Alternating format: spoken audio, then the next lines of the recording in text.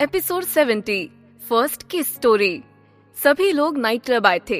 वहां जाकर ईशानी और रश्मि दोनों वॉशरूम में चले गए और साथ ही अबीर और शिवांक बियर लेकर एक टेबल को एंगेज करके बैठ गए। यार ये तो ठीक नहीं कर रहा है।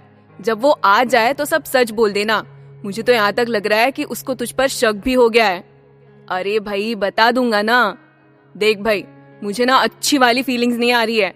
भाई मेरी गट फीलिंग कह रही है कि अब तू ये ड्रामा बस यहीं पर खत्म कर दे। यार मैं बता दूंगा, मुझे थोड़ा टाइम तो दे।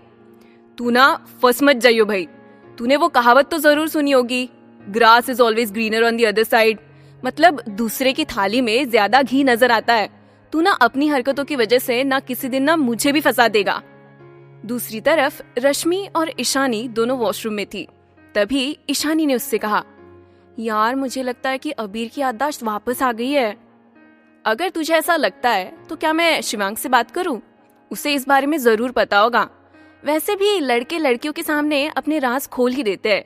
ये फैक्ट है कि अगर तुम किसी शर्मीले स्वभाव वाले लड़के के साथ कॉफी शॉप में बैठो और उनसे कोई सवाल करो तो वो किसी एक्सट्रोवर्ट की तुलना में ज्यादा आसानी से अपनी जिंदगी की किताब खोल देगा।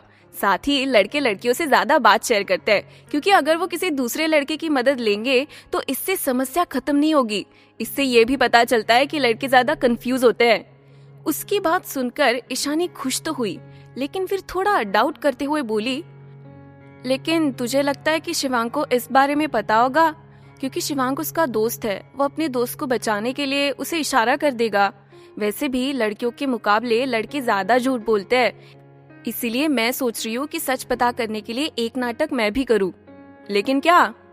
एक्चुअली लड़कों को जेलसी फील करवाना बहुत ही आसान होता है। तो मैंने यहाँ आने से पहले अपने एक दोस्त कीर्तिमान को यहाँ आने के लिए मैसेज कर दिया था। अब तुझे तो पता है कि जेलसी अच्छों से सच बाहर निकलवा देती है। सुना है ना कि ये एक अजीब सा एहसास है जो आपको तब फील होता है जब आप अपने साथी को किसी और के साथ फ्लर्ट करते हुए देखते हो, या शायद तब जब आप अपने साथी को उसके एक्स पुराने साथी के साथ देर रात फोन पर बात करते पाते हो। तो मैं भी कुछ ऐसा ही नाटक करूंगी कि मुझे मूव ऑन करना है। इस पर रश्मि थोड़ा नाराज होते हुए बोली, तू ना बिल्कुल पागलों वाली बात कर रही है। पहली बात तो मैं नहीं मानती कि अबीर कोई ड्रामा कर रहा है या वो ऐसी कोई हरकत भी कर सकता है, और अगर वो कर भी रहा होगा तो वो बस एक मजाक के तौर पर कर रहा होगा यार। और वो तो तुझे सच बता देगा, और फिर तू तो जानती है कि बेकार का शक किसी भी रिलेशनशिप को तहस नहस कर सकता है, और ये तो तू बिल्कुल नहीं चाहेगी। सबसे पहले तू खुलकर अबीर से बात कर और उसका ख्याल रख, ना कि ऐसी बेवकूफ चीजें कर। तुझे उस पर विश्वास करना चाहिए और अपनी फीलिंग्स भी उसे समझानी चाहिए। दूसरा, जरा सोच कि तू उसे जेलसी फील क्यों करवा रही है। क्या अबीर ने तुझे जेलसी महसूस करने का कोई कारण दिया है? अगर हाँ तो इसकी जड़ तक पहुंचने की कोशिश कर। तू चाहे तो इसके लिए मैं शिवांक से बात कर सकती हूँ। और आखिरी लेकिन सबसे जरूरी बात ये कि सबसे पहले ये समझने की कोशिश कर कि हर रिश्ते की तरह तुम दोनों के रिश्ते की बुनियाद भी ट्रस्ट है। तुझे ये समझना पड़ेगा कि अबीर तुझसे बहुत प्यार करता है और इसलिए तेरे साथ है। अगर तू उस पर विश्वास नहीं कर सकती तो अपने इस रिश्ते के बारे में संजीदगी से सोच, क्योंकि तुझे तो पता ही है कि लड़के बहुत ईगो वाले होते हैं, और अगर एक बार उनकी ईगो पर बात गई तो फिर वो जल्दी में वापस नहीं आते हैं। कहीं ऐसा ना हो कि तू ऐसा करके अबीर का ईगो हर्ट कर दे। अब मेरा एग्जाम्पल ही देख ले।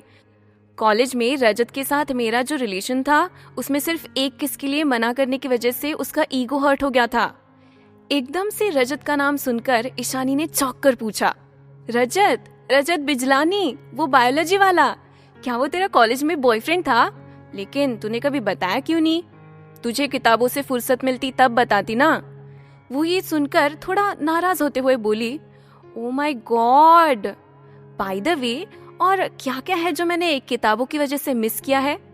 अरे तू नाराज ना हो मेरी जान, ऐसा कुछ भी नहीं है। वो दरअसल तुझे याद होगा हमारे कॉलेज का फेस्ट, उससे पहले तक तो मैं रजत को जानती तक नहीं थी।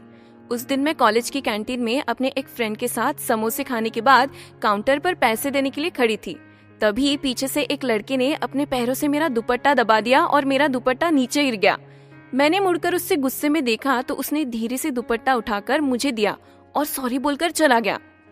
उसके हाव भाव देखकर मुझे लग गया था कि उससे गलती से ही दुपट्टा दब गया होगा। उस दिन के बाद कई बार जब मैं कैंटीन में गई तो हम दोनों की नजर एक दूसरे पर पड़ती थी, लेकिन बात नहीं होती थी। फिर एक दिन हम दोनों की कॉमन फ्रेंड शीतल की वजह से हमने साथ में बैठकर लंच किया और फिर धीरे धीरे हम दोनों दोस्त हो गए। समय के साथ कॉलेज में हम दोनों का मिलना जुलना काफी बढ़ने लगा और बातों ही बातों में एक दिन रजत ने मुझसे मेरा नंबर मांग लिया। अब कॉलेज से घर जाने के बाद भी हम फोन पर घंटों बातें करने लगे। उसका सेंस ऑफ ह्यूमर कमाल का था और मुझे उससे बात करना बहुत अच्छा लगता था। तभी ईशानी उसकी बात को बीच में ही काटकर उसे घूरते हुए बोली, ओ, ये उन्हीं दिनों की बात है ना जब तू घंटों हॉस्टल से गायब रहती थी और एक बार जब मैंने तुझसे इस बारे में पूछा था तो तूने कहा था कि हॉस्टल रूम में बैठकर पढ़ाई नहीं हो पाती है तो तू लाइब्रेरी में बैठकर पढ़ाई क्या करेगी। उसकी इस बात पर रश्मि ने अपना सिर झुकाते हुए कर दिया और आगे बताने लगी। फिर हमारी दोस्ती कब प्यार में तब्दील हो गई पता ही नहीं चला, लेकिन ये बात शीतल से भी छिपी ना रह सकी। एक दिन शीतल ने मुझसे कहा कि इन लड़कों से थोड़ा बचकर रहना, ये सब सिर्फ किस करने और करीब आने के चक्कर में प्यार का नाटक करते हैं। उसकी बात मेरी जहन में बैठ गई और मैं किस को एक बुरी चीज मानने लगी। हालांकि मेरा दिल ये मानने को राजी नहीं था कि रजत भी वैसा लड़का है। एक शाम घर ड्रॉप करते वक्त रास्ते में रजत ने मुझे किस करने की कोशिश की। अचानक से मुझे वो सब बातें याद आ गई और मैं हड़बड़ी में पीछे हट गई और उसे रोक दिया। अब मुझे भी लगने लगा कि कहीं रजत भी तो उन लड़कों की तरह नहीं है जो किस को अचीवमेंट की नजर से देखते हैं। मन में लाखों सवाल और दुनिया जहां का डर लगने लगा था कि कहीं मैंने गलत लड़के से तो दोस्ती नहीं कर ली। मैं रजत से प्यार तो करती थी और वो भी मुझे चाहता था। मैंने ये चीज नोटिस की कि उस दिन के बाद से हम ना जाने कितने बार डेट पर गए, लेकिन रजत ने कभी भी करीब आने की कोशिश नहीं की। शायद वो नहीं चाहता था कि एक किस के लिए मैं कोई गलतफहमी पालूं और उसकी लाइफ से चली जाऊं। कहने को तो हम दोनों कपल थे, लेकिन हमारे बीच एक अजीब सी दूरी थी। घंटों साथ बैठते, खाते पीते, फिल्मों से लेकर राजनीति की बातें करते, लेकिन करीब नहीं आते थे। कई डेट्स और शामें इसी उधेड़-बुन में बिना किस किए ही बीतने लगी। करते करते कुछ महीने ऐसे ही बीत गए। रजत के प्यार में रत्ती भर की भी कमी नहीं आई। उल्टा अब वो मेरा और ज्यादा ख्याल रखने लगा था, लेकिन उसने कभी किस की डिमांड नहीं की। एक रात मुझे खुद महसूस हुआ कि आखिर मैं किस जमाने की लड़की हूँ। मैंने बहुत ले लिया रजत का इम्तिहान, अब और नहीं। शायद मैं ही गलत हूँ और वो वैसा लड़का नहीं है जैसा मैंने शुरू में सोचा था। अब मेरे दिल में अचानक उसके करीब आने की तड़प उठने लगी। मैं उसे छूने और करीब से महसूस करने के लिए बेताब हो गई। मन तो कर रहा था कि रात में ही जाऊं और रजत को सब बता दूं। अगले दिन हर हाल में मुझे रजत से मिलना था। अगली सुबह उठते ही मैंने रजत को फोन किया और उससे मिलने के लिए बुलाया।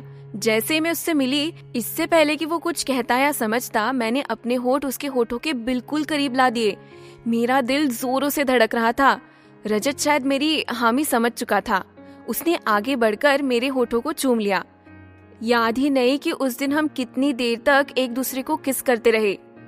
उसे पुरानी यादों में खोता हुआ देखकर ईशानी ने पूछा, क्या शिवांक को रजत के बारे में पता है? इस पर उसने सैड होते हुए कहा, हाँ यार, मैंने उसे बताया तो था, लेकिन जब से उसे बताया है तब से वो अजीब सा बिहेव करने लगा है और अजीब से सवाल करता है और कभी कभी तो बिना बात के गुस्सा भी हो जाता है। तुझे उससे एक बार सही से बात करनी चाहिए। हाँ, देखते हैं क्या होता है। दोनों रजत के बारे में बात करते हुए असल प्रॉब्लम को तो भूल ही गई थी जिसकी वजह से ये टॉपिक स्टार्ट हुआ था। फिर वो दोनों बात करते हुए अबीर और शिवांग के पास आ गई और फिर चारों बियर पीने लगे। तभी ईशानी के फोन पर एक कॉल आया जो कि उसके फ्रेंड कीर्तिमान का था। उसने उसे बता दिया था कि वो लोग कहाँ बैठे हुए थे। अभी अबीर कोई सवाल कर पाता उससे पहले ही एक लड़का उन सबके सामने आकर खड़ा हो गया। उसके वहां आने पर उस लड़के ने और ईशानी ने एक दूसरे को देखकर हेलो किया। फिर ईशानी ने उसे सभी से मिलवाते हुए कहा, hey guys, meet my friend Kirtiman. सभी ने उसे देखकर हेलो किया, लेकिन अबीर उसे अजीब नजरों से देखने लगा और फिर धीरे से उसकी तरफ देखते हुए बोला, तुमने बताया नहीं कि तुम्हारा कोई दोस्त भी है और उसे तुमने यहाँ पर इनवाइट भी किया है? हाँ, टाइम नहीं मिला बताने के लिए। तभी कीर्तिमान ने उससे पूछा, हे ईशानी, क्या तुम मेरे साथ डांस करने चलोगी? उसने हाँ में सर हिला दिया और कीर्तिमान और ईशानी दोनों डांस करने चले गए। उधर अबीर का गुस्सा बढ़ता जा रहा था, मानो वो कीर्तिमान का खून ही कर देगा। वो जल्दी से उठकर ईशानी के पास गया और उससे बोला, क्या हम बात कर सकते हैं? ईशानी कीर्तिमान को एक्सक्यूज मी कहकर अबीर के साथ क्लब के बाहर आ गई और उसे चुप देखकर बोली, क्या हुआ, बोलो। अबीर ने झल्ला कर कहा, यार तुम ऐसा कैसे कर सकती हो मेरे साथ? इस पर ईशानी ने नासमझ बनते हुए पूछा, मतलब ये कि अगर तुम मुझसे प्यार करती हो तो फिर तुम उस लड़के के साथ इतना क्लोज डांस क्यों कर रही हो? मुझे नहीं पसंद कि कोई दूसरा तुम्हें टच करे। अबीर ने गुस्से में ही सही मगर अपने दिल की जेलसी को बाहर निकाल दिया था। वो सब कुछ समझते हुए भी अनजान बनते हुए बोली, देखो अबीर, मुझे तुमसे इस बारे में बात करनी है कि तुम्हारी याददाश्त तो वापस आ नहीं रही है, इसलिए मैं कीर्तिमान के साथ मूव ऑन करना चाहती हूँ। ये सुनकर अबीर एकदम से रोने लगा। वो रोते हुए बोला, ईशानी, मुझे सब याद आ गया है। तुमने सोचा भी कैसे कि मैं तुम्हारा प्यार भूल जाऊंगा, लेकिन तुम तो मेरा प्यार भूल गई। इस पर वो मुस्कुरा कर बोली, मुझे पता था कि तुम ड्रामा कर रहे हो और तुम्हारी याददाश्त वापस आ गई है। ये सब भी एक नाटक था बेबी। इतना कहकर ईशानी उसके गले लग गई। दोनों काफी देर तक गले लगे रहे। थोड़ी देर बाद ये सोचकर कि वो दोनों लड़ रहे होंगे, रश्मि और शिवांक क्लब से बाहर आ गए। तभी शिवांक ने उन दोनों को उस तरह से देखकर हल्का सा खांसते हुए हंसकर कहा, ओ, तो सच का पता चल गया है। तब तक कीर्तिमान भी बाहर आ गया और ईशानी को अबीर के गले लगे देखकर समझ गया कि उनकी योजना सक्सेसफुल रही है और मुस्कुरा कर बोला, sorry guys, it was just a prank. इस पर अबीर और ईशानी झेपते हुए अलग हो गए और अबीर यूं ही बात बनाते हुए बोला, चलो घर पर चलते हैं, मम्मी ने बिरयानी बनाई है और उन्हें भी तो ये खुशखबरी देनी है। इट्स ओके, कीर्तिमान ने हंसते हुए कहा। फिर सभी अबीर के घर जाने के लिए निकल गए और वहां पर जाकर अबीर ने सबको सच बता दिया। सुनैना देवी ईशानी और रश्मि की मदद से किचन में खाना बनाने लगी। तभी सुनैना देवी ने रश्मि की तरफ देखते हुए एक मिस्टीरियस स्माइल के साथ पूछा, और रश्मि बेटा, तुम्हारे और शिवांक के बीच सब सही चल रहा है ना? रश्मि और ईशानी दोनों ही उनकी ये बात सुनकर चौंक गई। उसने थोड़ी धीमी आवाज में कहा, हाँ आंटी, सब ठीक है। लेकिन सुनैना देवी ने जबरदस्ती करते हुए पूछा, बेटा मैं माँ हूँ, सब जानती हूँ, पूरा सच बताओ अब। क्या बताऊँ आंटी, शिवांक मेरे पास्ट के बारे में पूछता रहता है।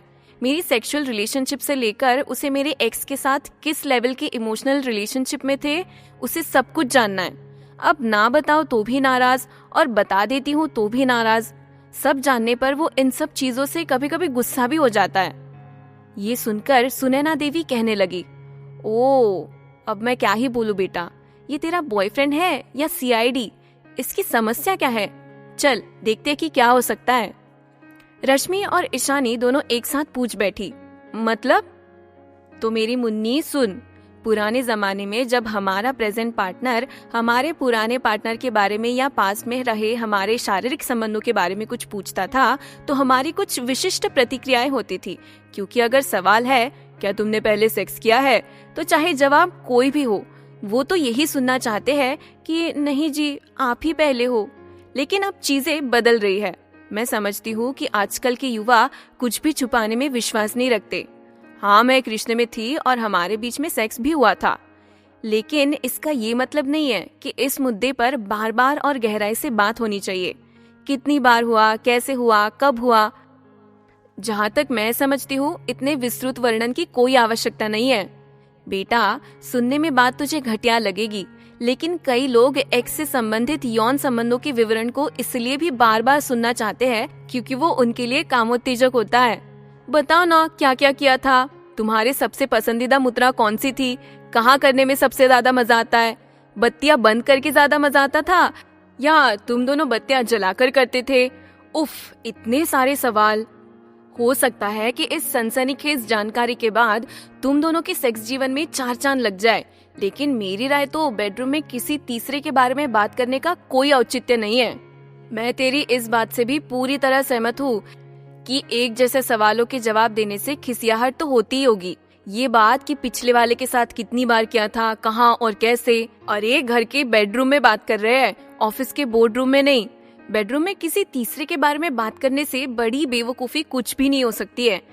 लेकिन इस सब तहकीकात का मतलब क्या है? लगता है अपनी गर्लफ्रेंड के इतिहास से कुछ ज्यादा ही परेशानी हो रही है। मुझे तो ऐसा लग रहा है कि ये जनाब तेरे अतीत से बाहर ही नहीं आ पा रहे हैं। हमारी वर्तमान जिंदगी में हमारे एक्स का जिक्र होना सामान्य बात है, लेकिन अगर सवाल जवाबों का सिलसिला खत्म ही नहीं हो रहा है तो कहीं ऐसा तो नहीं कि उसे तुझ पर उतना भरोसा ना हो जितना कि होना चाहिए। वो और भी लोगों के साथ रही है, हो सकता है वो मुझसे बेहतर हो, क्या मैं उसके काबिल हूँ? मेरे ख्याल से उसके दिमाग में यही सवाल हमेशा दौड़ते हैं। बेटा, उसके साथ बात कर और उससे प्यार से समझा कि एक ही बात बार बार करने से तुम दोनों के रिश्ते में खटास आ जाएगी। उसे ये सब बंद करना होगा। उससे पूछ कि उसे क्या परेशान कर रहा है। उसे बता दे कि तू उसके साथ बेहद खुश है और तुझे उसके साथ सेक्स करने में मजा आता है। ये बात कहना मत भूलना कि ये आखिरी बार है जब तुम दोनों अपने बेडरूम में किसी और को आने दे रहे हो। उनकी बात को बीच में ही काटते हुए रश्मि ने पूछा, वैसे आंटी, आपको क्या लगता है कि सब कुछ बताने का कोई फायदा भी है या नहीं? उसके इस सवाल पर ईशानी को एकदम से खांसी आ गई। इस बात पर सुनैना देवी ने थोड़ा गंभीर होकर बोला, वैसे बेटा जी, मुझे लगता है कि अपने पार्टनर को सब कुछ बताने के फायदे नुकसान दोनों ही है, क्योंकि सच जानना तो सब चाहते हैं, लेकिन सच को निगलना सबके बस की बात नहीं है पुत्र। मैं ये नहीं कह रही हूँ कि सब कुछ छुपाना है, बस इतना कि सच उतना बताओ जितना जरूरी हो। अगर ट्रेलर से काम चल रहा है तो पूरी फिल्म की कहानी बताने की कोई जरूरत नहीं है। सुनैना देवी सब कुछ बताती जा रही थी और वो दोनों चुपचाप सुन रही थी। अब आगे क्या होगा? क्या रश्मि और शिवांग के बीच सब कुछ सही होने वाला है या सुनैना देवी की बताई ये बातें उस पर उल्टा ही असर करने वाली है? क्या अबीर और ईशानी के बीच में सब सही रहेगा या अबीर की याददाश्त का ड्रामा उनके बीच डिफरेंसेस लाएगा? जानने के लिए सुनते रहिए हार्ट बीट कैफे मेरे यानी आयुषी के साथ। और आपको ये स्टोरी कैसे लग रही है हमें कमेंट सेक्शन में बताना बिल्कुल भी मत भूलिएगा।